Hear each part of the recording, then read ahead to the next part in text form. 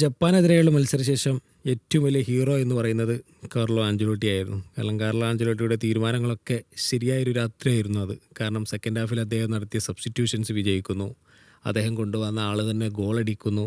അങ്ങനെ എല്ലാം കൊണ്ടും കാർലോ ആഞ്ചലോട്ടി ഒരു ഹീറോയിക് പരിവേഷത്തിൽ നിന്ന ഒരു ദിവസമായിരുന്നു അത്. എന്നാൽ നമ്മൾ നോർവേക്കെതിരെയുള്ള മത്സരത്തിലേക്ക് വരുമ്പോൾ നേരെ തിരിച്ചാണ്. ഞാൻ വ്യക്തിപരമായിട്ട് കാർലോ ആഞ്ചലോട്ടിയുടെ തീരുമാനങ്ങൾ തെറ്റായിരുന്നു എന്ന് പറയുന്നില്ല. ഒരു പക്ഷേ വിജയിച്ചിരുന്നെങ്കിൽ എല്ലാവരും ഇത് ഗ്ലോറിഫൈ ചെയ്യുമായിരുന്നു. കാരണം കാർലോ ആഞ്ചലോട്ടിയുടെ ഒരു ശൈലി തന്നെയാണ് ഇത്. ഇപ്പോൾ എനിക്ക് ഓർമ്മയുണ്ട് 2024 ചാമ്പ്യൻസ് ലീഗിൽ മാഞ്ചസ്റ്റർ സിറ്റി റയൽ മാഡ്രിഡ് പോരാട്ടം ഉണ്ടായിരുന്നു. അന്ന് ഇതുപോലെ റയലിൻ്റെ മൊത്തം സിറ്റ് ബാക്ക് ചെയ്ത് ഡിഫെൻഡ് ചെയ്തിട്ട് കൗണ്ടറിലൂടെ വിജയിച്ചൊരു മത്സരമുണ്ട്. അന്ന് ഷൂട്ടൗട്ടിലാണ് വിജയിക്കുന്നത്. പക്ഷേ നോർവേ പോലൊരു ടീമിനോട് ഇത്ര സിറ്റ് ബാക്ക് ചെയ്തിട്ട് കൗണ്ടർ അറ്റാക്കിന് വേണ്ടി മാത്രം ശ്രമിക്കണോ എന്നുള്ളൊരു ചോദ്യമുണ്ട്. എന്നാലും ആഞ്ചലോട്ടിയുടെ പ്ലാൻ കൃത്യം തന്നെയായിരുന്നു. കാരണം ബ്രസീലിന് ഒരുപാട് അവസരങ്ങൾ കിട്ടിയിട്ടുണ്ടായിരുന്നു എന്നുള്ളതാണ്. ഒരു പെനാൽറ്റി ആദ്യം തന്നെ വീണ് കിട്ടുന്നത്, അത് പക്ഷേ ഗോളായിരുന്നുവെങ്കിൽ മത്സരത്തിൻ്റെ ഗതി തന്നെ മാറിയാനെ. വേറെയും നോർവേ ഡിഫൻസിനെ പൊട്ടിച്ച എത്രയോ കൗണ്ടർ അറ്റാക്കുകളുണ്ടായിരുന്നു. പക്ഷേ ഒന്നും ആഞ്ചലോട്ടി വിചാരിച്ച രീതിയിലേക്ക് എത്തുന്നില്ല. അപ്പോൾ നൂറ് എങ്ങനെയാണ് ഈ ഒരു മത്സരത്തെ കാണുന്നത്? അതായത് ഈ നോർവേ, ഞാൻ വിശ്വസിക്കുന്നത്, ഞാൻ മാച്ച് കണ്ടിടത്തോളം നോർവേ ഡൊമിനേറ്റ് ചെയ്തു എന്നുള്ളത് തന്നെയാണ്. അവർ ബാക്കിയുള്ള കളികളൊക്കെ നോക്കുകയാണെന്നുണ്ടെങ്കിൽ ഐവറി കോസ്റ്റിനെതിരെ അവർ മത്സരിച്ചപ്പം ഒരിക്കലും ഞാൻ പ്രതീക്ഷിക്കുന്നില്ല ഐവറി കോസ്റ്റിനെക്കാട്ടിലും ഒരു ആധിപത്യം പുലർത്തിയാണ് നോർവേ വന്നതെന്നുള്ളത്. പക്ഷേ ഈ മാച്ചിലോട്ട് വരുമ്പോൾ നോർവേൻ്റെ സിറ്റുവേഷൻ അങ്ങനെയല്ല. അവർ കളിച്ചു എന്ന് തന്നെ വേണം പറയാൻ. അതായത് ബ്രസീൽ ഇങ്ങനൊരു സിറ്റ് ബാക്ക് ചെയ്യുമ്പോൾ അവർ പ്രതീക്ഷിച്ചിട്ടുണ്ടാവും നോർവേക്ക് ചിലപ്പം പന്ത് കിട്ടിക്കഴിഞ്ഞാൽ എന്ത് ചെയ്യുമെന്നുള്ളത്. മേ ബി അവർക്ക് അത്ര തന്നെ ഔട്ട് ഓഫ് ബോൾ എത്ര കംഫർട്ടബിൾ ആണോ ആ ഒരു കംഫർട്ട് അവർക്ക് വിത്ത് ദ ബോൾ ഉണ്ടാവില്ല എന്നുള്ളതായിരിക്കും. പക്ഷേ നോർവേ അതിൽ നമ്മളെ ഞെട്ടിച്ചു എന്ന് വേണം പറയാൻ. കാരണം വിത്ത് ദ ബോളും വിത്തൗട്ട് ദ ബോളും അവരുടെ ഒരു ബിൽഡപ്പ് നോക്കിക്കഴിഞ്ഞാൽ ഞാൻ അതിന് വ്യക്തമായിട്ട് പറയണമെന്നുണ്ടെങ്കിൽ, അതായത് സെൻട്രൽ ഡിഫൻഡേഴ്സ് രണ്ടും അകന്ന് നിന്നിട്ട് മിഡ്ഫീൽഡേഴ്സ് ഡീപ്പായിട്ട് ഇറങ്ങി വന്നിട്ട് ബോള് സെൻട്രൽ ഡിഫൻഡേഴ്സിന്, അങ്ങനെയാണ് അവരുടെ ആ ബിൽഡപ്പ് റൂട്ട് പോകുന്നത്. അപ്പോൾ ഈ ബിൽഡപ്പ് റൂട്ട് ഇങ്ങനെ പോകുമ്പോൾ തന്നെ ബ്രസീലിൻ്റെ ഒരു ടാക്ടിക്സ് എന്താണ്, അതായത് കൗണ്ടർ അറ്റാക്കിൽ നിന്ന് സംഭവം നേടാം, അല്ലെങ്കിൽ മിഡ്ഫീൽഡിൽ നിന്നൊരു ഇത് വന്നിട്ട് അതിൽ ബോൾ ഇതാക്കുക. അതാണ് നമുക്കൊരു ഫസ്റ്റ് ഹാഫിൽ നിന്ന് തന്നെ മനസ്സിലായത്. അപ്പോൾ കൗണ്ടർ അറ്റാക്കിൽ നിന്ന് നേടണമെന്നുണ്ടെങ്കിൽ അവിടെ ഒരു മിഡ്ഫീൽഡേഴ്സ് ഗ്യാപ്പ് വരുമ്പോൾ അവിടെ തന്നെയാണ് അവർക്ക് അതിനുള്ള സ്പേസ് ഏറ്റവും കൂടുതലുള്ളത്. അപ്പോൾ ആ സ്പേസ് അവർ യൂട്ടിലൈസ് ചെയ്യാൻ വേണ്ടിയിട്ട് നമ്പേഴ്സ് ഫോർവേഡിലോട്ട് കമ്മിറ്റ് ചെയ്യും. ആ കമ്മിറ്റ് ചെയ്യുന്ന ടൈമിൽ ഈ വോൾഫിനെ പോലത്തെ, റയേഴ്സിനെ പോലത്തെ ഫുൾ ബാക്സ് നന്നായിട്ട് കയറി നിൽക്കുന്ന സാഹചര്യം നമ്മൾ കണ്ടു. ഇവരിങ്ങനെ കയറി നിൽക്കുന്ന ടൈമിൽ അത്രയും സ്പേസ് അവർക്ക് അവിടെ കിട്ടുകയാണ്. അപ്പോൾ വിത്ത് പൊസഷൻ അവർക്കത് ചെയ്യാൻ സാധിച്ചു എന്നുള്ളതാണ്. ആ ഒരു ബിൽഡപ്പ്, എന്താണോ അവരുടെ ബിൽഡപ്പ്, അത് കറക്റ്റായിട്ട് വർക്കായി. ആ ഒരു ബ്രസീൽ ഈ ഒരു ടാക്ടിക്സ് എടുത്തത് കൊണ്ട് തന്നെ അവരുടെ ഒരു നോർമൽ ബിൽഡപ്പ് പല മാച്ചുകളിലും കണ്ടിട്ടുള്ളത് ഇങ്ങനെ തന്നെയാണ്. പിന്നെ അവരുടെ ഒരു ട്രാൻസിഷണൽ ശൈലിയാണെന്നുണ്ടെങ്കിൽ നമുക്കറിയാം, ഒഡേഗാർഡിനെ പോലത്തെ പ്ലെയർ, ഇനിയിപ്പോൾ സൊർലോത്താവട്ടെ, ആ ഒരു മിഡ്ഫീൽഡുള്ള ആരും ആയിക്കോട്ടെ, അവർക്ക് ഒരിക്കലും ബോളൊന്ന് പൊസിഷനിൽ കിട്ടിക്കഴിഞ്ഞാൽ അവർ സ്ലോ ട്രാൻസിഷൻ ചെയ്യാറില്ല. ഒരു ബാക്ക് പാസ് വളരെ വിരളമായ സാഹചര്യം എന്ന് തന്നെ പറയാം. അല്ലാതെ അവർ അതിന് ശ്രമിക്കാറില്ല.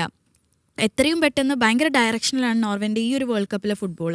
അപ്പോൾ എത്രയും പെട്ടെന്ന് വെർട്ടിക്കൽ പാസ് കൊടുത്ത് പോസ്റ്റിലോട്ട് എത്തിക്കാൻ പറ്റുമോ അതിനാണ് നോർവേ ശ്രമിക്കാറുള്ളത്. അതും കണ്ടു നമ്മൾ. അതായത് ഈ നമ്പേഴ്സൊക്കെ കമ്മിറ്റ് ചെയ്യുമ്പം ഇൻ്റർസെപ്ഷൻസ് ബ്രസീലിന് അത് എപ്പോഴും ഹാൻഡിൽ ചെയ്യാൻ പറ്റുന്നില്ല. ഒരു ബോൾ റിക്കവറി വരുമ്പം നോർവേക്ക് ഭയങ്കര സിമ്പിളാവേണം ആ ഒരു ചാൻസിൽ. അപ്പോൾ അവർ ട്രാൻസിഷണൽ അറ്റാക്കിൽ ഇത്രയും മികച്ച് നിൽക്കുന്ന ടീമായതുകൊണ്ട് തന്നെ അവർ അറ്റാക്കിന് പോയി അവിടെയും ഒരുപാട് സമ്മർദ്ദങ്ങൾ അവർക്ക് ബ്രസീലിന് മേലെ ചെലുത്താൻ പറ്റി എന്നുള്ളതാണ്. അപ്പോൾ ഇങ്ങനെ നിരന്തരമായ സമ്മർദ്ദം വന്നതിന് ശേഷമാണ് ഹാലൻഡിന് ആ ഒരു ഗോൾ സ്കോർ ചെയ്യാൻ സാധിക്കുന്നത്. പിന്നെ ഞാൻ ഒരിക്കലും വിശ്വസിക്കുന്നില്ല മാർക്കിനോസിൻ്റെയും ഗബ്രിയൽ മെഗ്ലൈസിൻ്റെ ഒരു മിസ്റ്റേക്ക് അതിലുണ്ടെന്നുള്ളത് എനിക്ക് പറയാൻ പറ്റില്ല. കാരണം എന്താണെന്ന് വെച്ചാൽ ഒരു ഫസ്റ്റ് ഹാഫിൽ നോക്കുകയാണെന്നുണ്ടെങ്കിൽ ഹാലൻഡിന് അത്ര ബോള് ലഭിച്ചിട്ടില്ല. ആള് പിക്ചറിൽ വന്നിട്ടില്ല. 79 മിനിറ്റ്സ് വരെ വളരെ തുച്ഛമായ നമ്പേഴ്സ് എനിക്ക് ഓർമ്മയില്ല, ആളുടെ പിക്ചറിലില്ലായിരുന്നു. നമ്മൾ വാട്സ്ആപ്പ് ഗ്രൂപ്പിൽ പലരും പറയുന്നുണ്ടായിരുന്നു ഹാലൻഡിനെ പൂട്ടിയെന്നൊക്കെ. പക്ഷേ കുറച്ചെങ്കിലും പ്രീമിയർ ലീഗ് കാണുന്ന ഒരാൾക്ക് അങ്ങനെ പറയാൻ കഴിയില്ല. അത് ശരിയാണ്. ഹാലൻഡിനെ പോലത്തെ പ്രീമിയർ ലീഗ് കാണണ്ട, ഐവറി കോസ്റ്റിനെതിരെയുള്ള മത്സരം കണ്ടാൽ മതി. പിക്ചറിലില്ലാത്ത ആളാണ് ലാസ്റ്റ് മൂമെൻറ്റ് ഗോളടിച്ച് വിജയിപ്പിച്ചത്. അപ്പോൾ നമ്മളൊരു പരിധി വരെ അത് വർക്കൗട്ടായി എന്നുള്ളത് വിചാരിച്ചു. പക്ഷെ അവസാന നിമിഷം അവിടെ അസിസ്റ്റ് കൊടുക്കുന്ന ടൈമിൽ അയാളുടെ ആ ഒരു ഫിസിക്കും അതുപോലെ തന്നെ അയാളുടെ ആ ഒരു ചാടിയ ഹൈറ്റും ഒരു ബാങ്കർ ഹെഡർ എന്ന് തന്നെ പറയാം. കാരണം അതിലോട്ട് ഗബ്രിയൽ മഗ്ലൈസ് അവിടെ പൊസിഷനിലുണ്ട്, മാർക്കിനോസും ഏകദേശം പൊസിഷനിലുണ്ട്. പക്ഷെ ആ ചാട്ടത്തിൽ എത്താൻ മെഗ്ലൈസിന് പറ്റുന്നില്ല എന്നുള്ളതാണ്. പിന്നെ ആ പോയ ഫോഴ്സ് എന്ന് പറയുന്നത് അതിനെങ്ങനെ മലയാളത്തിൽ ഡിസ്ക്രൈബ് ചെയ്യുമെന്നൊന്നും എനിക്കറിയില്ല. അതിൻ്റെ ആ സ്പീഡ് എന്ന് പറയുന്നത് അത്ര ഇതായിരുന്നു. ഇനിയിപ്പം സെക്കൻഡ് വന്ന ഗോളാവട്ടെ, ഡാനിയൽ അവിടെ കറക്റ്റ് പൊസിഷനിലുണ്ട്. പക്ഷേ ഇത്രയും ബീസ്റ്റ് മോഡിൽ ഹാളൻഡ് അവിടെ ആക്ടിവേറ്റ് ആവും എന്നുള്ളത്, കാരണം അപ്പോഴും നമ്മളൊരു കംബാക്ക് എന്നുള്ളൊരു പ്രതീക്ഷ, കാരണം നമ്മൾ ബ്രസീലിനെ ജപ്പാനെതിരെ കണ്ടതാണ്. കംബാക്ക് എന്നുള്ളൊരു പ്രതീക്ഷ അതിനവർ ശ്രമിക്കുന്നുണ്ട്. അതിനനുസരിച്ച് മെൻറ്റാലിറ്റി നമുക്ക് ബ്രസീലിയൻ പ്ലേയേഴ്സിന് ഉണ്ട് എന്നുള്ളത് അറിയാം. ലാസ്റ്റ് മൊമെൻറ്റ് വരെ അവർ ശ്രമിച്ചിട്ടുണ്ട്. പക്ഷേ ഡാനിലോൻ്റെ കാലിൻ്റെ ഇടയിലൂടെയാണ് ആ ബോൾ പോകുന്നത്. പിന്നെ അതുവരെ അലിസൺ ബെക്കർ സേവ് ചെയ്ത സേവുകൾക്ക് കണക്കില്ല. ഒഡേഗാർഡ് വരെ എത്ര ഷോട്ട്സാണ് എടുത്തത്. എല്ലാം ചാടി സേവ് ചെയ്യുന്ന അലിസൺ ബെക്കറിന് ആ ഒരു ഷോട്ട് സേവ് ചെയ്യാൻ സാധിക്കുന്നില്ല. പിന്നെ വന്ന നെയ്മറിനും ഒന്നും ചെയ്യാൻ സാധിക്കുന്നില്ല. അവരുടെ ടൈം കഴിഞ്ഞു എന്നുള്ളതാണ്. കാരണം ഈ ഒരു ഹാളൻ്റെ ഒരു പ്രത്യേകത എന്താണെന്ന് വെച്ചാൽ, ആൾ ഗോളടിക്കുന്നത് ഏറ്റവും അവസാന നിമിഷമായിരിക്കും. പിന്നെ ഒരു ടീമിന് കംബാക്ക് വേണമെന്ന് വിചാരിച്ചാൽ പോലും നടക്കാൻ പറ്റാത്ത തരത്തിൽ ഹാളൻഡ് ആ ടീമിനെ അങ്ങോട്ട് പൂട്ടും. അതാണ് അവസാന മരുന്ന് എന്നൊക്കെ പറയില്ലേ ഈ നോർവേൻ്റെ, അതാണ് ഹാളൻഡ്. അതെന്താണെന്നുള്ളത് കറക്റ്റ് കാണിച്ചു തന്നു. അതിൽ നമ്മൾ പറയേണ്ട മറ്റൊരാൾ നോർവേയുടെ ഗോളിയെക്കുറിച്ചാണ്. അലിസൺ ഓഫ് കോഴ്സ് സേവ് ചെയ്തിട്ടുണ്ടെങ്കിലും നോർവേ ഗോളി അക്ഷരാർത്ഥത്തിൽ ക്ലാസ് പെർഫോമൻസ് ആയിരുന്നു. എത്ര ഷോട്ടാണ് തട്ടിയാ കിട്ടിയത്. ഒരു തരം എന്താ പറയുക, ഒരു മാച്ചിൽ ഒരു ഗോൾ കീപ്പർക്ക് ചെയ്യാവുന്ന സകല സേവുകൾ അദ്ദേഹം ചെയ്തിട്ടുണ്ട്. അതിൽ ഏറ്റവും പ്രധാനം ആ പെനൽറ്റി സേവാണ് ബ്രൂണോ ഗിമറായസിൻ്റെ. ഞാനിന്നിപ്പോൾ ന്യൂയോർക്ക് ടൈംസിൻ്റെ അത് നോക്കുമ്പോൾ കാണുന്നത് ബ്രൂണോ ഗിമറായസ് ന്യൂകാസിൽ അടിക്കുന്ന പെനൽറ്റി ഉണ്ട്. അതായത് അതേ അവസാനം 5 പെനൽറ്റി അടിച്ചതും ഒരേ സ്പോട്ടിലേക്ക് എന്നാണ് പറയുന്നത്, റൈറ്റ് സൈഡിലേക്ക്. അതേ സ്പോട്ടിലേക്ക് തന്നെയാണ് അടിക്കുന്നുള്ളത്. എനിക്ക് തോന്നുന്നത് ഇവർ ആദ്യമേ ഓരോ പ്ലേയേഴ്സിൻ്റെയും ഡാറ്റ അനലൈസ് ചെയ്യുന്നുണ്ടല്ലോ, അങ്ങനെ തടുത്തതാണെന്ന് പറയപ്പെടുന്നുണ്ട്. അതല്ലാതെയും ഉണ്ടായിരുന്നു. ഇപ്പോൾ എൻട്രിക്കിൻ്റെ ഒരു 1-on-1 സിറ്റുവേഷൻ ഉണ്ടായിരുന്നു. അത് നിശ്ചയമായും ഗോൾ ആകേണ്ടതായിരുന്നു. അതാണ് ഞാൻ പറയുന്നത്. അതൊക്കെ ശരിയായിരുന്നുവെങ്കിൽ എല്ലാവരും ആഞ്ചലോട്ടിയെ പൊക്കി പറയുമായിരുന്നു. കാരണം എൻട്രിക്ക് വന്ന ഫസ്റ്റ് മൊമെൻറ്റിലാണ് അത് സംഭവിക്കുന്നത്. എന്തായിരിക്കും അതിൻ്റെ ഒരു ഹൈപ്പ് എന്ന് നമുക്ക് ആലോചിക്കാനറിയാം. അപ്പോൾ എങ്ങനെയാണ് ഫസീഹിൻ്റെ ഒരു വിലയിരുത്തൽ, എങ്ങനെയാണ് മത്സരം? നമ്മൾ ഗോൾ കീപ്പറെ പറ്റി പറഞ്ഞുകൊണ്ടാണ്. കാരണം ആ ഗോൾ കീപ്പർ എന്ന് പറഞ്ഞു കഴിഞ്ഞാൽ നിലവിൽ സെവിയയുടെ പ്ലെയറാണ്. പക്ഷേ സെവിയയുടെ പ്ലെയർ എന്ന് പറയുമ്പോഴും നമ്മൾ ഒരിക്കലും ആ പേര് മുമ്പൊന്നും ഡിസ്കസ് ചെയ്ത് കണ്ടില്ല. അതായത് ആ പ്ലെയർ പലപ്പോഴും അവസരങ്ങൾ കിട്ടുന്ന സെക്കൻഡ് ചോയ്സ് ഓപ്ഷനോ തേർഡ് ചോയ്സ് ഓപ്ഷനൊക്കെ ആയിട്ട് ബെഞ്ചിലിരിക്കുന്ന ഒരു താരമാണ്. പക്ഷേ ഒരു നിർണായക മത്സരത്തിൽ ആൾ മൊമെൻറ്റിലെ ഹീറോ ആയി മാറുകയാണ്. ഞാൻ വിശ്വസിക്കുന്നത് ആ ഫസ്റ്റിലെ പെനാൾട്ടി നമ്മൾ പറഞ്ഞ പോലെ തന്നെ സ്വാഭാവികമായിട്ടും എല്ലാ ഗോൾ കീപ്പർമാരും എതിർ ടീമിൽ കിക്ക് എടുക്കാൻ സാധ്യതയുള്ള പ്ലെയേഴ്സിനെ പഠിക്കും. ആ ഒരു പഠനത്തിൻ്റെ ഭാഗമായിട്ട് കൃത്യമായി വന്നൊരു ജഡ്ജ്മെൻ്റ് ആയിരുന്നു ആ ഒരു സേവ്. പക്ഷേ ആ ഒരു പെനാൾട്ടി സേവ് ചെയ്യുമ്പോൾ ഗോൾ കീപ്പർക്ക് കിട്ടുന്നൊരു കോൺഫിഡൻസ് ഉണ്ട്. ആ കോൺഫിഡൻസ് ആണ് ബാക്കി മിനിറ്റുകളിൽ മൊത്തത്തിൽ ആ കീപ്പറെ നയിച്ചത്. കാരണം ഒരു പെനാൾട്ടി തടുക്കുക, ഇൻ മാച്ചിലെ പെനാൾട്ടി തടുക്കുക എന്ന് പറയുമ്പോൾ ആ ഗോൾ കീപ്പർക്ക് തന്നിലുള്ള ഒരു വിശ്വാസം അങ്ങ് വർദ്ധിക്കുകയാണ്. ഇനി ഏത് ബോൾ വന്നാലും ഞാൻ തട്ടുമെന്നുള്ളത്. ആ ഒരു കോൺഫിഡൻസ് തന്നെയാണ് തുടർന്നുള്ള എത്രയോ ഷോട്ടുകൾ, നമ്മളൊരു ഗോളെന്ന് ഉറപ്പിക്കുന്ന ഒരുപാട് ഷോട്ടുകൾ ഉണ്ടായിരുന്നു. ആ ഷോട്ടുകളെല്ലാം തടുത്തിടാനുള്ളൊരു കാരണം ആ ഒരു മൊമെൻറ്റ്, ആ ഒരു ഷോട്ടിൽ അല്ലെങ്കിൽ ഒരു പെനാൾട്ടി സേവ് എന്നുള്ളതാണ്. പിന്നെ ഞാൻ വിശ്വസിക്കുന്ന ഈ മത്സരത്തിൽ ഏറ്റവും വലിയ ടേണിംഗ് പോയിന്റ് രണ്ടാം പകുതിയിൽ നോർവേയുടെ പരിശീലനം നടത്തിയ 2 സബ്സ്റ്റിറ്റ്യൂഷൻസ് ആണ്. കാരണം അതുവരെ കളിച്ചുകൊണ്ടിരുന്ന റൈറ്റിൽ കളിച്ചത് സോർലോത്താണ്, ലെഫ്റ്റിൽ നുസയാണ്. അപ്പോൾ സോർലോത്ത് നമുക്കറിയാം ഒരു പ്രോപ്പർ സ്ട്രൈക്കറാണ് ആൾ, നുസ നല്ലൊരു വിങ്ങറുമാണ്. പക്ഷേ ഈ 2 സബ്സ്റ്റിറ്റ്യൂഷൻസ് ഒരുമിച്ച് മാറ്റി ഒരു സൈഡിൽ ഓസ്കാർ ബോബിനെയും മറ്റൊരു സൈഡിൽ ഷെൽഡ്രോപ്പിനെയും കൊണ്ടുവരാണ്. അതായത് സെക്കൻഡ് ഹാഫിൽ കളിച്ചത് ഒരു ഫ്രഷ് ലെഗ് വിങ്ങേഴ്സാണ്. അതോടുകൂടി ആ വിങ്ങിൽ അറ്റാക്കിങ്ങിന് മൊമെൻറ്റം മാറി. നമ്മളെപ്പോഴും ഡിസ്കസ് ചെയ്യുന്ന ബ്രസീലിൻ്റെ വിങ് ബാക്കിലുള്ള പോരായ്മകൾ എക്സ്പ്ലോയിറ്റ് ചെയ്യുക എന്നുള്ളതായിരുന്നു പരിശീലകൻ്റെ പ്ലാനിങ്. അതുകൊണ്ട് തന്നെ നമ്മൾ പറഞ്ഞ ഈ ഹാളൻഡ് ബോൾ ടച്ച് ചെയ്യുന്നില്ല കാരണം വെച്ചാൽ ഫസ്റ്റ് ഹാഫിൽ ഉള്ള പ്ലെയേഴ്സ് കുറച്ചൊരു വീക്കായെന്നും തോന്നി. അതുകൊണ്ട് തന്നെ ന്യൂസ് എത്രയും നല്ല പ്ലെയറാണ്, സോർലോത്ത് നല്ലൊരു സ്ട്രൈക്കർ ആയിരുന്നു, ആ ഒരു സ്റ്റാർ വാല്യൂ അല്ലെങ്കിൽ ആ ഒരു പരിഗണനയൊന്നും കൊടുക്കാതെ മോശം പ്ലേയേഴ്സിനെ പിൻവലിക്കാം, നല്ല പുതിയ 2 ഫ്രഷ് ലെഗ്സിനെ മുന്നോട്ടേക്ക് വിടാമെന്നുള്ളൊരു കോച്ചിൻ്റെ തീരുമാനമുണ്ട്. ആ തീരുമാനമാണ് ആ കളിയാകെ മാറ്റിയത്. നമ്മൾ ആ ഒരു ആദ്യത്തെ ഗോൾ, ഹാളൻ്റെ ആദ്യത്തെ ഗോളുണ്ട്, ഷെൽഡ്രോപ്പിൻ്റെ കൃത്യമായൊരു പാസ്സാണ്.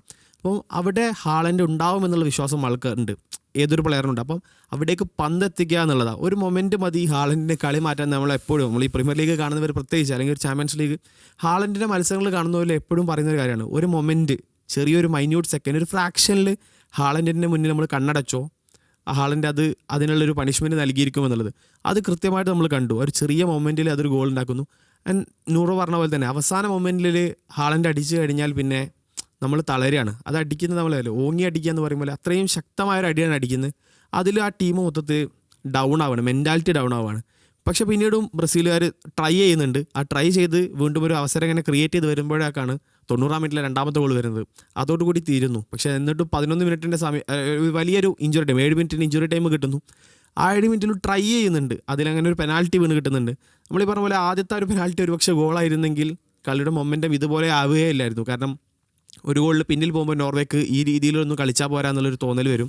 അവർ തുടരെ അറ്റാക്ക് ചെയ്യും. ആ സ്പേസ് യൂട്ടിലൈസ് ചെയ്ത് ഒരുപക്ഷെ ബ്രസീൽ കളി അനുകൂലമാക്കിയെടുത്തേനെ. ഞാൻ പറഞ്ഞത് ആ ഒരു ഫസ്റ്റ് മൊമെൻറ്റിലെ പെനാൽറ്റി മിസ്സാണ് നോർവേയുടെ ഗോൾ കീപ്പർക്ക് അത്രയും പോസിറ്റീവ് കൊടുത്തത്, നോർവേ ടീമിന് ഒരു മെൻറ്റാലിറ്റി കൊടുത്തത്, ബ്രസീലിയൻ ടീമിനെ പിന്നോട്ടേക്ക് അടുപ്പിച്ചത്, ആ ഒരു പെനാൽറ്റി ആയിരുന്നു ഒരു പക്ഷേ ഈ ഒരു മത്സരത്തിൽ ഏറ്റവും വലിയ ഒരു ഡിസിസീവ് പോയിന്റ് എന്നാണ് ഞാൻ വിശ്വസിക്കുന്നത്. അതിൽ ഈ നോർവേയുടെ ഡിഫൻസിലേക്ക് വന്നു കഴിഞ്ഞാൽ സത്യത്തിൽ അത് വീക്കായിരുന്നു. ഇതുവരെയുള്ള മത്സരങ്ങളിലൊക്കെ അവർ ഗോള് കൺസീഡ് ചെയ്തൊരു ടീമാണ്. എനിക്ക് തോന്നുന്നത് ആഞ്ചലോട്ടിക്ക് അതിൽ ഒരു ഓവർ കോൺഫിഡൻസ് ഉണ്ടായിരുന്നു തോന്നുന്നുണ്ട്. കാരണം അദ്ദേഹം പൂർണ്ണമായും കൗണ്ടർ അറ്റാക്കിലാണ് വിശ്വാസം അർപ്പിച്ചത്. എനിക്ക് തോന്നുന്നു മാർട്ടിനേലിയൊക്കെ ഫസ്റ്റ് ലെവലിൽ വരാൻ പോലും കാരണം അതാണ്. ഈ സ്പീഡ് കൊണ്ട് ഇതിനെ മറികടക്കുക എന്നുള്ളൊരു സ്റ്റാറ്റിസ്റ്റിക്സ് ആയിരുന്നു ഉണ്ടായിരുന്നത്. പിന്നെ എനിക്ക് തോന്നുന്നത് ബ്രസീൽ സംതിങ് അവരെ കളിക്കാൻ വിടുക എന്നുള്ളൊരു ഡെലിബറേറ്റ് ആക്ഷൻ പോലെയാണ് തോന്നിയത്. കാരണം ഒരു പ്രസ്സിംഗ് ഒക്കെ സത്യത്തിൽ കുറവായിരുന്നു. അവർ കളിക്കുക, ബ്രസീൽ ഇങ്ങനെ പിറകോട്ട് ഇറങ്ങി വരുന്ന ഒരു രീതിയാണ് എനിക്ക് കാണുമ്പോൾ തോന്നിയത്. അതല്ലാതെ ബോൾ പിടിച്ചെടുത്തിട്ട് ഫുൾ ടൈം ഒരു പൊസിഷൻ നിലനിർത്താനൊന്നും ബ്രസീൽ ശ്രമിച്ചിട്ടില്ല. ഒരു ആഞ്ചലോട്ടി എന്ന് പറയുന്ന കോച്ചിൻ്റെ ഇന്നലത്തെ തന്ത്രം നോക്കുമ്പോൾ നോർക്ക് എന്താണ് പറയാനുള്ളത്? അല്ല, ഈ കോച്ചിൻ്റെ തന്ത്രം എന്ന് പറയുന്നത് ഇപ്പോൾ നിങ്ങൾ പറഞ്ഞു തന്നെയാണ് അതിൻ്റെ ഒരു വാസ്തവം. ഇതൊരു പക്ഷേ എൻട്രിക്കിൻ്റെ എന്നൊക്കെ പറയുന്നത് എൻട്രിക്കിനെ അവിടെ ഇറക്കി.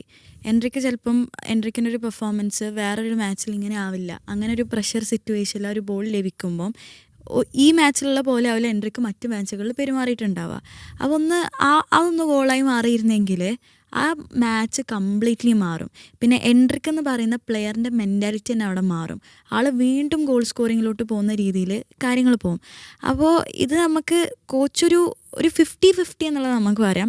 കാരണം അതായത് ആൾ വിചാരിച്ചിട്ടുണ്ടാവുക ആൻസലോട്ടിൻ്റെ ഒരു ആൾ വിചാരിച്ചിട്ടുണ്ടാവുക ഔട്ട് ഓഫ് പൊസഷൻ നോർവേക്ക് പൊസഷൻ ലഭിക്കുമ്പോൾ നോർവേ എന്ത് ചെയ്യും എന്നുള്ളത്. കാരണം നോർവേ ഇതുവരെ കളിച്ച മാച്ചുകളിലൊക്കെ പൊസഷൻ വല്ലാതെ എടുക്കാതെ അല്ലെങ്കിൽ ബാക്കി മാച്ചിലെ സ്റ്റാറ്റ്സ് നോക്കുകയാണെന്നുണ്ടെങ്കിൽ 50-50 പൊസഷൻ എന്നുള്ള രീതിയിലാണ് നോർവേ കളിച്ചിട്ടുണ്ടായിരുന്നത്. അപ്പോൾ അങ്ങനെ സംഭവിക്കുമ്പോൾ നോർവേക്ക് വല്ലാതെ ഒന്നും ചെയ്യാൻ പറ്റില്ല, ഒരു ഇമ്പാക്റ്റ് ക്രിയേറ്റ് ചെയ്യാൻ പറ്റില്ല എന്നുള്ള രീതിയിലാവും ആൻസലോട്ടി അതിനെ അപ്രോച്ച് ചെയ്തിട്ടുണ്ടാവുക. പക്ഷെ അവിടെ ഞെട്ടിച്ചത് നോർവേയാണ്. അവർക്ക് അതിൽ കംഫർട്ടബിൾ ആയിരുന്നു എന്നുള്ളതാണ്. അപ്പോൾ നോർവേയുടെ ഡിഫെൻസ് വീക്കായിരുന്നോ എന്ന് ചോദിച്ചു കഴിഞ്ഞാൽ ഇതെന്താണെന്ന് വെച്ചാൽ നോർവേ എന്ന് പറയുന്ന ടീം ഇവർ ഈ ഒരു വെർട്ടിക്കൽ അറ്റാക്ക് അല്ലെങ്കിൽ കൗണ്ടർ അറ്റാക്കിന് പോകുന്നൊരു ടീമാണ്. അപ്പോൾ ഇവർ ഈ ഗോള് കൺസീഡ് ചെയ്യുന്നതിൽ നമുക്ക് പറയാൻ പറ്റില്ല. കാരണം ഈ കൗണ്ടർ അറ്റാക്കിന് ഒബ്വിയസ്ലി പോകുമ്പോൾ നമ്പേഴ്സ് ഫോർവേഡിൽ കമ്മിറ്റ് ആകുമ്പോൾ അവിടെ തീർച്ചയായിട്ടും ബാക്കിലൊരു വോയിഡും ബാക്കിലൊരു സ്പേസും വരും. ആ സ്പേസ് എക്സ്പ്ലോയിറ്റ് ചെയ്യും ആളുകൾ. അപ്പോൾ അതിനാണ് ഹാളനെ പോലത്തെ ഇങ്ങനെ ഗോൾ സ്കോറിങ് കപ്പാസിറ്റി ഉള്ള സ്ട്രൈക്കേഴ്സ് ഉള്ളത്. അപ്പോൾ അതുകൊണ്ട് അവർ ഡിഫെൻസ് വീക്കാന്ന് പറയാൻ പറ്റില്ല. അവരെടുക്കുന്ന ടാക്ടിക്സ് ആ തരത്തിലാണ് കളികളിൽ. പക്ഷേ എന്തുകൊണ്ടോ കഴിഞ്ഞ മാച്ചുകളിൽ നോർവേയുടെ ഇപ്പോഴുള്ള എല്ലാ മാച്ചുകളും അപേക്ഷിച്ച് നോക്കുകയാണെങ്കിൽ പ്രത്യേകിച്ച് ഐവറി കോസ്റ്റിനെതിരെയുള്ള മാച്ച് എടുത്ത് പറഞ്ഞു കഴിഞ്ഞാൽ ഈ മാച്ചിൽ ഞാൻ വീണ്ടും പറയുന്നു നോർവേ വാസ് ഡൊമിനേറ്റിംഗ്. അതിന് ആൻസലോട്ടിയുടെ തന്ത്രങ്ങൾ പാളിയതാണോ അത് നോർവേ കോച്ചിൻ്റെ തന്ത്രങ്ങൾ വിജയിച്ചതാണോ എന്നുള്ളതൊന്നും അറിയില്ല. പക്ഷെ നോർവേ ഈ മാച്ചിൽ ഡൊമിനേറ്റ് ചെയ്തു. ഫിസിക്കാലിറ്റി ഭയങ്കര ഒരു ഘടകമായിരുന്നു. ഫിസിക്കാലിറ്റി ഭയങ്കര ഘടകം തന്നെയായിരുന്നു. കാരണം അതിൻ്റെ ഏറ്റവും വലിയ എക്സാമ്പിൾ ഇപ്പോൾ ഹാളന്നെ നമ്മൾ പറഞ്ഞു കഴിഞ്ഞു. പിന്നെ ആ വിങ്ങിൽ സൊർലോത്ത്, പിന്നെ ഫസി പറഞ്ഞ കാര്യം ഓസ്കാർ ബോബ്. ഇപ്പുറത്ത് അസിസ്റ്റ് കൊടുത്തത് ആരായിരുന്നു? ഷെൽബ് അസിസ്റ്റ് കൊടുത്തതിനേക്കാട്ടിലും ഞാൻ വിശ്വസിക്കുന്നത് ഓസ്കാർ ബോബിൻ്റെ ഇൻക്ലൂഷൻ ആയിരുന്നു ഭയങ്കര ഇമ്പാക്റ്റ്ഫുള്ള്. ഐവറി കോസ്റ്റിനെതിരെയും ഓസ്കാർ ബോബ് ഇറങ്ങിയതിന് ശേഷമാണ് ആ ഒരു ഗോള് അവിടെ ഹാളൻഡ് സ്കോർ ചെയ്യുന്നത്. ഓസ്കാർ ബോബിൻ്റെ ഒരു പ്രത്യേകത എന്താ വെച്ചാൽ വിങ്ങിലൂടെയുള്ള കോമ്പിനേഷൻ പ്ലേ നന്നായിട്ട് ഒഡേഗാർഡിൻ്റെ കൂടെ വർക്കൗട്ട് ചെയ്യാൻ സാധിച്ചിട്ടുണ്ടായിരുന്നു. അതുപോലെ തന്നെ മറുവശത്തുള്ള വിങ്ങിലും ലെഫ്റ്റ് ഫ്ലാങ്കിലും, അതായത് ഓസ്കാർ ബോബ് റൈറ്റ് ഫ്ലാങ്കിൽ കളിക്കുന്ന പ്ലെയർ, റൈറ്റ് ഫ്ലാങ്കിൽ മാത്രമല്ല നമുക്ക് ഓസ്കാർ ബോബിനെ കാണാൻ സാധിച്ചിട്ടുള്ളത്. ഫീൽഡിൽ മൊത്തത്തിൽ നിറഞ്ഞു കളിക്കുന്ന ഒരു പ്ലെയർ ആയിരുന്നു ഓസ്കാർ ബോബ്. അപ്പോൾ ആളുടെ ഇൻക്ലൂഷൻ ഭയങ്കരമായിട്ട് ഇമ്പാക്ട്ഫുൾ ആയിട്ടുണ്ട്. ഒരു സെക്കൻഡ് ഹാഫിലോട്ടൊക്കെ വരുമ്പോൾ പ്രത്യേകിച്ച് ഓരോ മൊമെൻറ്റിലും ഓസ്കാർ ബോബിൻ്റെ കോൺട്രിബ്യൂഷൻ നന്നായിട്ടുണ്ടായിരുന്നു. അപ്പോൾ ഫിസിക്കാലിറ്റി എല്ലാ ഘടകങ്ങളും എന്താ അറിയില്ല, മൊത്തത്തിൽ നോർവേക്ക് അനുകൂലമായിട്ടായിരുന്നു ആ ഒരു അറ്റ്മോസ്ഫിയർ പോയിക്കൊണ്ടിരുന്നത് എന്നുള്ളതാണ്. നമ്മൾ ബ്രസീൽ പ്ലേയേഴ്സിനും കൂടി ജസ്റ്റ് ഒന്ന് പറയാൻ തോന്നുന്നു. ഒരുപാട് പ്ലേയേഴ്സ് ഉണ്ട്. കെസമിറോ സത്യത്തിൽ വിചാരിച്ച രീതിയിലേക്ക് എത്താത്തൊരു മത്സരം എന്നാണ്. അത് ക്രിറ്റിസിസവും ഉണ്ട്. അഞ്ചലോട്ടിക്ക് കസിമിറോയിൽ അടങ്ങാത്ത വിശ്വാസം ഉണ്ട് എന്നുള്ള രീതിയിൽ ഇപ്പോൾ ഞാൻ അന്ന് BBC അങ്ങോട്ടൊരു സാധനം വായിച്ചു. മറ്റു പേരുകൾ ഇപ്പോൾ ബ്രൂണോ ഗിമറായസ് ഇതുവരെയുള്ള മത്സരങ്ങളിൽ ഏറ്റവും ബ്രസീലിന് നിർണായകമായിട്ടുള്ളൊരു സാന്നിധ്യമായിരുന്നു ഗിമറായസ്. കാരണം 4 അസിസ്റ്റ് ഒരുക്കി ഉണ്ട്. പക്ഷേ ഗിമറായസിനെ സംബന്ധിച്ചും ഗിമറായസിനെ പിന്നീട് പിൻവലിക്കുന്നതും നമ്മൾ കണ്ടു. ആദ്യമായിട്ട് ടൂർണമെൻറ്റിൽ എഡേഴ്സൺ വരുന്നത് കണ്ടു. പിന്നെ ഏതൊരു സമയത്തും നമ്മളൊരു മിറാക്കിൾ നൽകാൻ പറ്റുന്ന പ്ലെയറായിരുന്നു വിനീഷ്യസ് ജൂനിയർ, അതുപോലെ മാർട്ടിനെലി. ഇവരുടെയൊക്കെ പെർഫോമൻസ് കൂടി പറയാൻ തോന്നുന്നു. എനിക്ക് ആൻസലോട്ടിയുടെ ടാക്ടിക്സ് ഫലപ്രദമായില്ല എന്ന് പറയുന്നതിനോട് എനിക്ക് പേഴ്സണലി ഒരു എതിർപ്പുണ്ട്. കാരണം അദ്ദേഹത്തിൻ്റെ ടാക്ടിക്സ് എന്നും എല്ലാ ക്ലബിലും ഫലപ്രദമായി ഉപയോഗപ്പെടുത്തിയ വ്യക്തിയാണ്. ഈ മത്സരത്തിലും അതിനുള്ള എല്ലാ ശ്രമങ്ങളും ഉണ്ടായിരുന്നു. പക്ഷേ നമ്മൾ പോലെ ഒരു ഫിനിഷറുടെ പോരായ്മ, ഒരു അവസാനത്തെ ഒരു പസിലിലെ അവസാനത്തെ ഒരു പീസ് എന്ന പോലെ തന്നെ ഒരു ഫിനിഷറുടെ പോരായ്മ ഉണ്ടായിരുന്നു. ബ്രസീൽ ക്രിയേറ്റ് ചെയ്തിട്ടുണ്ട് അവസരങ്ങൾ ആദ്യ പകുതിയിൽ അല്ലെങ്കിൽ ആദ്യ മിനിറ്റ് മുതലൊക്കെ അവസരങ്ങൾ ക്രിയേറ്റ് ചെയ്യുന്നുണ്ടെങ്കിലും ആ ഒരു ഫിനിഷിങ്ങിലേക്ക് അതൊരു ഗോളാക്കി കൺവേർട്ട് ചെയ്യാൻ ഒരു താരത്തിൻ്റെ കുറവ് അവർക്കുണ്ടായിരുന്നു. നമ്മൾ ഈ ഒരു വേൾഡ് കപ്പിൽ ബ്രസീലിലെ ജേണി എടുത്ത് നോക്കിക്കഴിഞ്ഞാൽ വിനീഷ്യസ് ജൂനിയറിൽ ഡിപ്പെൻഡൻ്റ് ആയിരുന്നു എല്ലാ മത്സരങ്ങളും എന്ന് പറയാം. അപ്പോൾ ആ ഒരു താരം ഒന്ന് ഡിപ്പാകുമ്പോൾ സ്വാഭാവികമായിട്ടും എല്ലാ താരങ്ങൾക്കും എന്നും ഒരേപോലെ പെർഫോം ചെയ്യാൻ പറ്റില്ല. അപ്പോൾ ഒരു താരം ഡിപ്പാകുമ്പോഴേക്ക് ടീമിൻ്റെ പെർഫോമൻസ് അല്ലെങ്കിൽ ടീമിൻ്റെ അറ്റാക്ക് ആകെ ഒരു ഷെയ്ക്കി ആവുന്ന ഒരു അവസ്ഥ കാണുന്നുണ്ട്. അപ്പോൾ ഞാൻ പറഞ്ഞത് വിനീഷ്യസ് ക്യാരി ചെയ്യുന്നുള്ള അപ്പുറത്തേക്ക് വിനീഷ്യസിൽ ഭയങ്കര ഡിപ്പെൻഡൻ്റ് ആയിപ്പോയി ബ്രസീൽ ഈ ഒരു വേൾഡ് കപ്പ് ജേണിയിൽ. അത് ഈ അൻസലോട്ടിയുടെ ഒരു ടാറ്റിക്സിൻ്റെ പ്രശ്നമാണ്. കാരണം അൻസലോട്ടിക്ക് എന്നും അങ്ങനെ കുറച്ച് ഫേവറേറ്റ് പ്ലേയേഴ്സ് ഉണ്ട്. ഒന്ന് വിനീഷ്യസ് ആണ്, മറ്റൊന്ന് കസമീറോ ആണ്. ഈ താരങ്ങളൊക്കെ എന്നും സ്റ്റാർട്ട് ചെയ്യുന്ന നമ്മൾ ഈ പറഞ്ഞ പോലെ തന്നെ ഒരു പ്രത്യേക അഫെക്ഷൻ ഉണ്ട് ഈ താരങ്ങളോട്. അപ്പോൾ അതുകൊണ്ട് തന്നെ ആ പ്ലേയേഴ്സിൽ അധിഷ്ഠിതമായിട്ടായിരിക്കും ടാറ്റിക്സ് ഉള്ളത്. അപ്പോൾ ആ പ്ലെയറിനെ സെൻറ്റർ ചെയ്തിട്ടുള്ള ടാറ്റിക്സ് ആണെങ്കിൽ ഈ പ്രശ്നങ്ങൾ വരില്ല. ആ പ്ലെയറിലേക്ക് ബോൾ സപ്ലൈ ചെയ്യാനും മറ്റൊക്കെ ശ്രമിക്കാൻ പറ്റും. പക്ഷേ ആ പ്ലെയറിൽ ഡിപ്പെൻഡൻ്റ് ആയി പോകുക എന്നുള്ളൊരു കാര്യമുണ്ട്. ആ പ്ലെയർ നന്നായി കളിക്കൽ ഈ ഒരു ടീമിൻ്റെ വിജയത്തിൽ അല്ലെങ്കിൽ മുന്നോട്ടേക്ക് പോകുന്ന നിർബന്ധം വന്നൊരു സാഹചര്യമുണ്ട്. അതാണ് ബ്രസീലിൽ ഞാൻ മനസ്സിലാക്കുന്നത് ഈ ഒരു കളിയിൽ പ്രധാനമായിട്ടും അഫക്റ്റ് ചെയ്തിട്ടുള്ളത്. ഇപ്പം ഗുമേറസിന് ഞാൻ പറഞ്ഞ ആ ഒരു പെനാൽറ്റി മിസ് ആളെ ബേസിക്കലി മെൻ്റലി ഡൗൺ ആക്കിയിട്ടുണ്ട്. ആൾക്ക് എപ്പോഴും വേണമെങ്കിലും ഒരു അസിസ്റ്റ് കൊടുക്കാൻ പറ്റും. നന്നായി കളിക്കുന്ന ഒരു താരം. നമുക്ക് അതിൽ അധികം ചർച്ചയ്ക്ക് ചെയ്യേണ്ട ആവശ്യമില്ല. ബ്രൂണോ ഗുമേറസിൻ്റെ ക്വാളിറ്റി എന്താണെന്നുള്ളത് എല്ലാവർക്കും അറിയാം. പക്ഷേ ആ താരത്തിന് ആ ഒരു പെനാൽറ്റി മിസ് ഉണ്ടാക്കിയെടുത്ത ഒരു മെൻ്റൽ ഡിസ്റ്റർബൻസ് ഉണ്ട്. അത് ആ പ്ലെയറിനെ അദ്ദേഹം ഫീൽഡിലുള്ള സമയത്തോളം എഫക്റ്റ് ചെയ്തിട്ടുണ്ട്. അദ്ദേഹത്തിൻ്റെ പാസുകൾ ഒരുപക്ഷെ അത് ബാധിച്ചേക്കാം. നമ്മളല്ലേ ഒരു കൃത്യമായി നമ്മളെല്ലാം കണക്കൂട്ടി നിൽക്കുമ്പം പെട്ടെന്ന് മൈൻഡിലുണ്ടാകുന്ന പഴയ ഓർമ്മകൾ എന്തെങ്കിലും നമ്മളെ ആ ചെയ്യുന്ന പെർഫെക്ഷന് മാറ്റുന്നില്ല. അത്തരത്തിലാണ് ബ്രൂണോ ഗുമേറസിൻ്റെ പെർഫോമൻസ് കണ്ട്. അതുപോലെ കെസമീറോൻ്റെ കേസും നമ്മൾ കെസമീറോയെ കഴിഞ്ഞ മത്സരത്തിൽ ഇങ്ങനെ ക്രൂശിച്ചിരിക്കുന്ന സമയത്താണ് ആളൊരു ഡിസിസീവായിട്ടുള്ള ഗോളടിച്ച് എല്ലാ വിമർശനങ്ങളെയും തട്ടിയാറ്റി ഇങ്ങനെ പോയത്. പക്ഷേ ഈ ഒരു മത്സരത്തിൽ നമ്മൾ കൃത്യം പറയുകയാണെങ്കിൽ എഡേഴ്സണിനെ സബ്സ്റ്റിറ്റ്യൂട്ട് ചെയ്യാനിരിക്കുന്ന ഒരു സമയത്താണ് കെസമീറോ ഫ്രെയിമിലേക്ക് പലപ്പോഴും വന്നതായിട്ട് നമ്മൾ കണ്ടത്. അത് കെസമീറോൻ്റെ ഭാഗത്തുനിന്ന് സ്വാഭാവികമായിട്ടും ഉണ്ടാകുന്ന കുറേ ടാക്കിളുകൾ, ഇൻട്രസ്പെക്ഷൻ അല്ലെങ്കിൽ നല്ല നല്ല പാസുകൾ, ഈ കാര്യങ്ങളൊന്നും നമുക്ക് ഈ മത്സരത്തിൽ കാണാൻ പറ്റില്ല. അപ്പോൾ ബ്രസീൽ നമ്മൾ പറയുന്ന ആ ഒരു സോളിഡ് മിഡ്ഫീൽഡിലെ രണ്ട് പ്ലെയേഴ്സിൻ്റെ ഒരു മോശം പെർഫോമൻസ് അല്ല, അവർക്ക് അവരുടെ ഒരു ബെസ്റ്റിലേക്ക് വരാൻ പറ്റിയില്ല എന്നുള്ളൊരു കാര്യം നമ്മൾ എടുത്തു പറയേണ്ടത്. അതുപോലെ തന്നെ വിനീഷ്യസിന് എപ്പോഴും ഒരു വിനീഷ്യസ് ഒരു കോമ്പിനേഷൻ ഉണ്ടായിരുന്നു. ആ കോമ്പിനേഷൻ ബ്രേക്ക് ചെയ്യുക എന്നുള്ളതായിരുന്നു നോർവേ വിചാരിച്ചിരുന്നൊരു താരം. പക്ഷേ ബേസിക്കലി വിനീഷ്യസിന് ഒരു ചെറിയൊരു ഡിപ്പ് വന്നു. അതുകൊണ്ട് തന്നെ ആ കുഞ്ഞിലേക്കുള്ള പാസുകൾ പോലും കൃത്യമായിട്ട് വന്നിട്ടില്ല.